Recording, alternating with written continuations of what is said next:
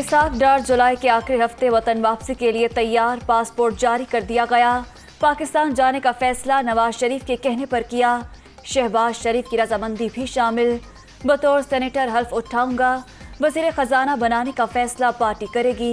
London में गुफ्तगू।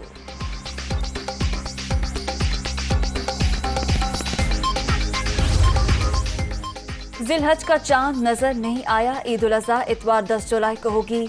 कराची में इजलास के बाद मरकजी और इत्तेहालात कमेटी का ऐलान।